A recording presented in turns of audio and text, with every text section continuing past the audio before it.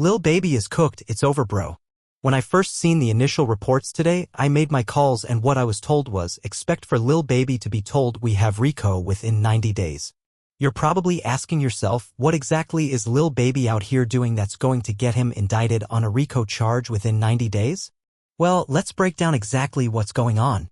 These are Lil Baby's ops, arch nemesis of 4PF, the Goodfellas, and they are currently going through the process. This is the moment the entire world of hip-hop has been holding its breath for. A seismic shock just erupted through the industry and its epicenter is none other than the chart-topping, culture-defining, era-shaping artist we all know as Lil Baby. The man who once ruled the airwaves, influenced a generation, and stood as an icon for a new breed of artists has now met a fate no one expected so soon. Baby has been sentenced and the echoes of that gavel's thud will be felt far beyond the courtroom walls. Goodbye forever?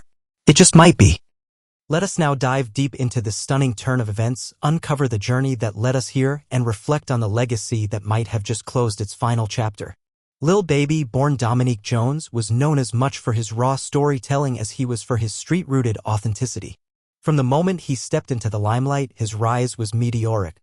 With albums like My Turn and the hit single Drip Too Hard alongside Ghana, he wasn't just rapping, he was narrating the hopes, dreams, and survival of a generation that looked up to him. He was real, he was relatable, and for many he was untouchable. But what happens when the streets you came from refuse to let you go? What happens when fame and past affiliations collide? It all began with whispers. Allegations surfaced that Lil Baby's 4PF collective had been tied to a wave of retaliatory violence that shocked even the most hardened.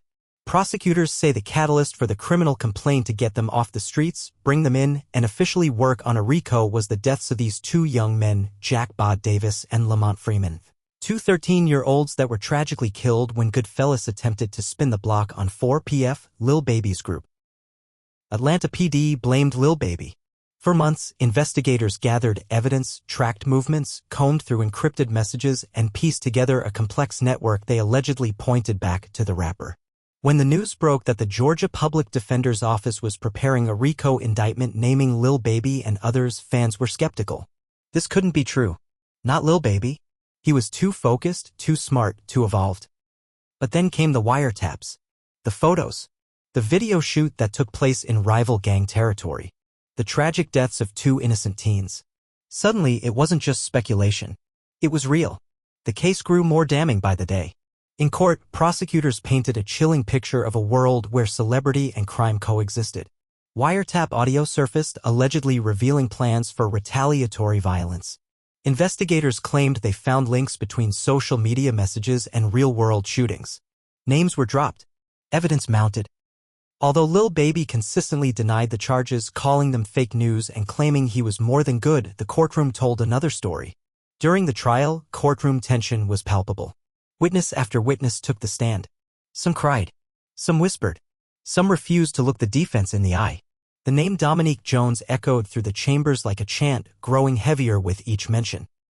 Then came the most haunting moment, the playing of wiretapped calls suggesting Lil Baby's cowardly actions led to the deaths of two 13-year-old kids.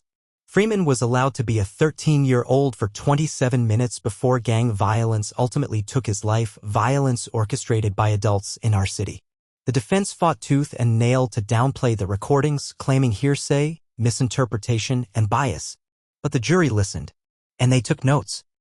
Lil Baby remained mostly composed throughout the proceedings. But there were cracks. One day, he whispered to his legal team, "They're trying to erase everything I built." Another moment saw him locking eyes with his mother in the gallery, silently mouthing, "I'm sorry." These weren't just the actions of a celebrity in trouble, these were the moments of a man confronting the very real possibility of a life erased from the outside world. As the trial came to a close, fans outside the courthouse held vigils. Posters bearing his lyrics waved in the air. Supporters shouted his name. "Free Lil Baby" echoed through the city. But the gavel silenced it all. Guilty. The judge, citing the gravity of the crimes and the influence Lil Baby held, sentenced him to a lengthy term behind bars. The courtroom fell silent except for the quiet sobs of loved ones and the scratch of pens capturing every word. In a brief statement before being led away, Lil Baby said, "I never asked to be perfect. Just wanted to show them we could be more than what they told us we were. I'm sorry for the pain caused. I still got love for y'all." His words, delivered with the cadence of someone who spent years mastering rhythm. He filmed a music video in a rival gang's hood. Then violence erupted. 2 13-year-olds lost their lives. Cops say retaliation was ordered. And they say Baby bears the blame. The police blame Lil Baby for the deaths because the music video triggered the attack. And because of that, 4PF spun the block. The Goodfellas retaliated. Innocent lives were lost.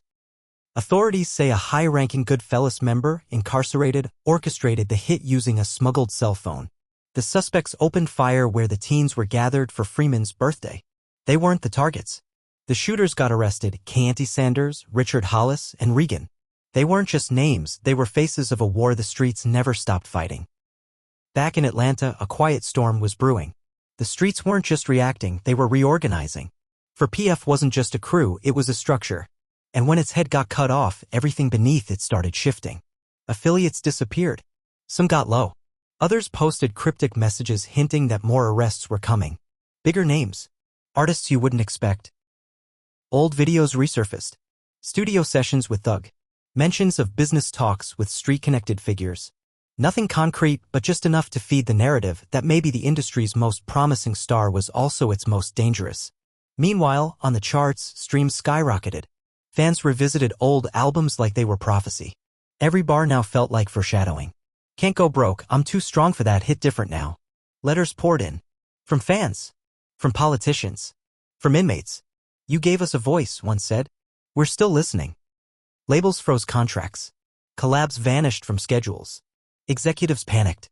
One verse could be evidence. One Instagram post could be a federal trigger. But legends stood tall. Jay-Z's camp condemned the criminalization of lyrics. Meek Mill vowed to finish what Baby started. Drake posted a story: they can lock the body, not the brilliance. An unreleased song leaked, raw vocals, no auto-tune. Just Baby. They took my name trying to erase me / but the real ones still embrace me. The world hadn't heard the last of him. Appeals were filed. Allegations of juror misconduct. Hints at prosecutorial bias. Maybe this wasn't the end. Maybe it was halftime. Because Baby's story had become more than a trial, it was a movement. A mirror. A symbol. And whether he walks in 5 years or 25, one thing's for sure: you can cage the man, but you can't kill the voice. And maybe that's the kind of freedom no sentence can ever take away.